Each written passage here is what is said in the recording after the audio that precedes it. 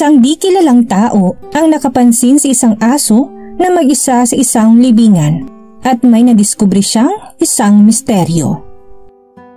Si Dimitra, isang babae mula sa Belgrade, Serbia, ay nag-iisa lamang noon nang bumisita sa sementeryo. Kalmado lamang siyang naglalakad noon. Sinasalubong ang malakas na hangin nang biglang makadinig siya ng isang ingay na hindi niya mawari. Hindi na rin siya nag-alinlangan na alamin kung ano yon, bunga ng pagka-interes. Sinubukan niyang abangan muli ang tunog at nang madinig niya itong muli ay agad niya itong sinundan kahit na wala siyang kasiguraduhan sa kung ano man ang pwede niyang makita.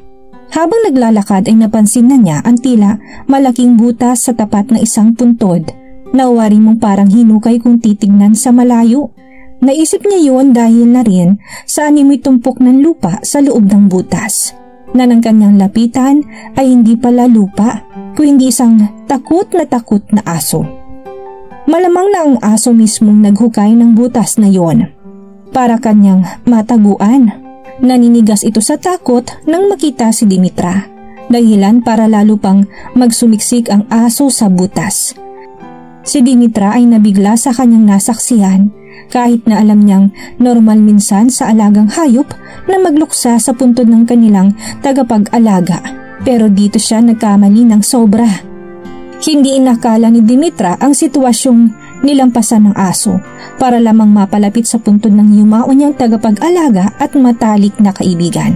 At dahil sa pagkamangha ni Dimitra ng mga sandaling yun, ay nagawa niyang kumuha ng ilang larawan.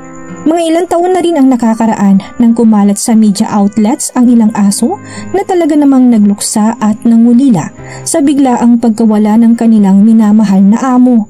At ang ginagawa ng mga aso na yun para mapanatili ang kanilang pagmamahal at katapatan ay talaga namang nakakaantig puso.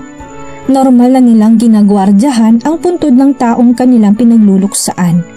Isa na nga dito ang isang husky na nanatiling nakahimlay sa puntod ng kanyang amo sa loob ng ilang oras habang lumuluha. Meron pang kwento patungkol sa isang aso na nahiga sa loob ng 2 araw. Namatay ang amo niya bunga ng malalang landslide na nangyari sa Brazil. Bagamat walang sensya na detalyadong makakapagpaliwanag sa tunay na nadarama ng isang aso sa kanilang pangungulila, ang idea na kayang ipakita ng aso para ipahiwatig ang wagas niyang katapatan sa taong pinagkakautangan niya ng buhay ay talaga namang nakakamangha sa lahat. Sa kabilang banda, si Dimitra ay pilit namang gumagawa ng paraan para suyuin ang aso na lumabas ng butas at hindi matakot sa kanya. Ginawa niya ang lahat ng klase ng panunuyo at paraan pero hindi ito naging ganun kadali.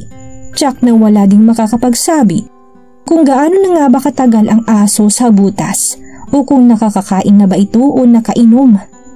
Ni hindi rin sigurado si Dimitra kung saan mo ba talaga ng aso ang puntod na kanyang kinalalagyan. Maya-maya pa ay tila nagka-interes na rin ang aso kay Dimitra at sa pagkakataon na yun ay lumabas na rin ng butas. Pero bago tuluyang makalabas ay waring may inaayos muna ang aso sa butas. Ano kayang tinatago ng aso? Ang bagay nito'y matutuklasan din naman agad ni Dimitra.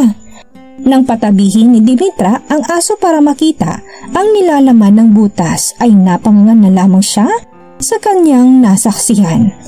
Ang aso ay hindi pala basta nagluluksa, kung hindi pinoprotektahan lang nitong kanyang mga tuta.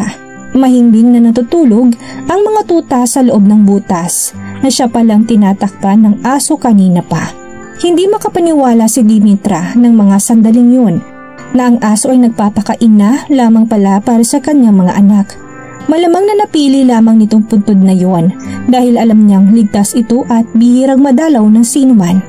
Alam ni Dimitra na kinakailangan niyang tulungan ng aso kasama ng mga tuta nito at nakahanda siyang gawin yon sa abot ng kanyang makakaya. Sa isang post noong August 15, 2015 ay sinaad ni Dimitra kung gaano kapulido ang ginawang hukay ng aso para mabigyan ng masisilungan ang kanyang mga anak.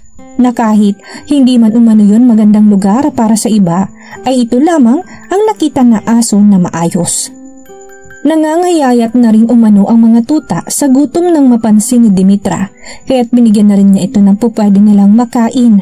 Maputla na rin ayon sa post ni Dimitra ang mga tuta, kaya't napakaswerte din ng mga ito na kanya silang nakita.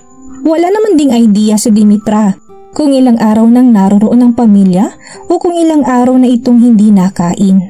Maigi na lamang at dahil sa gutom ng mga tuta ay nag-uunahan na ang mga ito na magsilabasan sa pagkakatago nang mag-abot na si Dimitra ng pagkain. Pero may dalawa pa rin sa mga tuta ang masyado pang mahina para lumabas ng butas. Ito ang labis na pinangamba ni Dimitra at hindi naman niya kakayaning iwan na lamang sila ng ganon. Kaya tinawagan niya agad ang isang tao na alam niyang makakatulong sa kanya.